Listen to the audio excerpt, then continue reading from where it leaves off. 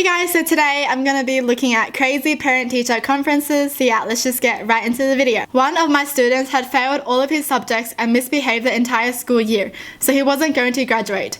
Well, his parents came marching down to my office demanding that I change his grade in front of the principal. They called me names and even threatened my life. And then in the middle of the chaos, a really bad smell emerged. Turns out the student literally shat his pants right there in front of us. We had to stop meeting because the odor was suffocating us. Wait though, hold on a second. What? The parents are really gonna be like, you better let my son graduate even though he failed. Change his grades right now. I mean, his grades are there because he did the test and that's what happened to his grades, you know. If the teacher changes his grades, then I guess all the other students should have their grades changed too. But okay. A parent of one of my students who was busy, well-known doctor, brought their nanny to the parent-teacher conference. Whenever I spoke directly to her, she would say to the nanny, are you getting all of this? Because you're the one who needs to be paying attention. By the time I get home, I don't want to have to deal with any of this.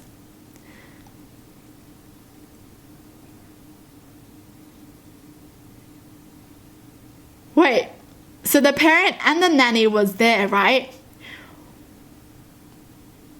But isn't it their kid, not the nanny's kid? Isn't it their kid? Shouldn't they be the one listening and concerned? What is going on? I was meeting with a parent that spoke mostly Spanish and my Spanish is weak. Turns out her English was about as bad as my Spanish. So when we couldn't get across an idea, we reverted to charades or grad paper and drew things out. By the end, we were laughing so hard. That was by far my favorite parent-teacher conference ever. That sounds so fun. Wow.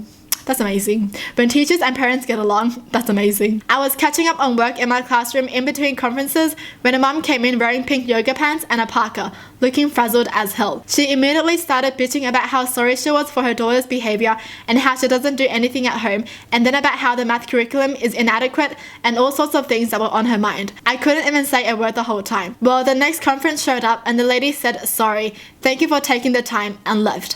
I have no idea who that lady was. What? This is like so messy. What's going on? The one in which the mum brought her lawyer who sat behind her rolling his eyes the whole time. When your lawyer just thinks everything is ridiculous. Oh. Why did she bring a lawyer though? Why? Our conferences were set up as sort of speed dating sessions in which the teachers gave packets of catch-up work for any kids that were failing.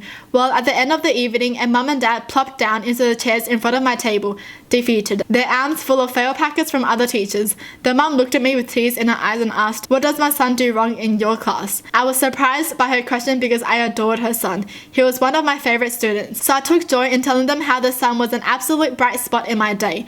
And the next day, the student came in and gave me a big hug and said thank you. Oh, oh, that's so sweet. Oh, it's amazing when teachers can understand how the student and the parents are feeling. That's amazing. The mum who came in only because her daughter had told her I was hot. She just said, wow, she was right. Shook my hand and left. I guess that's a compliment. That's so weird though, wow. That honestly sounds like an amazing mum-daughter relationship though. Look at how casual they are to each other. That's pretty cool. I once had a parent-teacher conference in which the student's mum brought her pet monkey. I thought the kid was winding me up saying that they had one, but sure enough, along came mum with a capuchin in a blue jumper. That's so cute. They brought the pet in. Oh my gosh, that's adorable. A student wasn't getting her way in class, so her parents came in for a meeting with me and the principal. Her mum said she's just so used to being the teacher's pet, so it's really not fair that she isn't yours. What? Well, that's a funny reason, you know? She's everyone's teacher's pet. Why isn't she yours? Why? Why is it not fair though? My students know I'm obsessed with hedgehogs because I always use them in my lessons. Well, on the last night of conferences, one of my favorite students came in with her mum and a fuzzy bag. After I went over all of the child's assessments, she pulled a freaking hedgehog out of that fuzzy bag and I shrieked like a child. I got to hold him for about 30 minutes and was so giddy. My student's mum informed me that her child talks about me all the time and wanted to do something cool for me. That is so sweet. Did she get to keep it or not? Was the hedgehog just for rent? The parents of one of my students asked me to call their son over spring break and encourage him to do better. I said that I didn't want his number and I didn't want him to have mine. They asked me why and I had to explain to them that their son asked me out every day. They laughed a lot. Yeah, I thought it was wrong to give a student your number. Like, I thought you couldn't do that. I thought you just couldn't have a student's number as a teacher. Okay. Maybe it's different for everywhere. A parent threw a chair at me once. She believed her son shouldn't have to do homework. She believed that he was a genius. He wasn't. The tough truth, okay? Your son isn't as smart as you think he is. I feel like that's the last thing parents want to hear.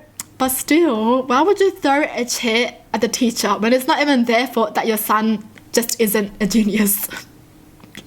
You know. Well, that's it for the video. Hope you guys enjoyed. Tell me in the comments down below what your thoughts are. And as always, thanks for watching. Hope you guys liked it. And I'll see you guys next time. Bye!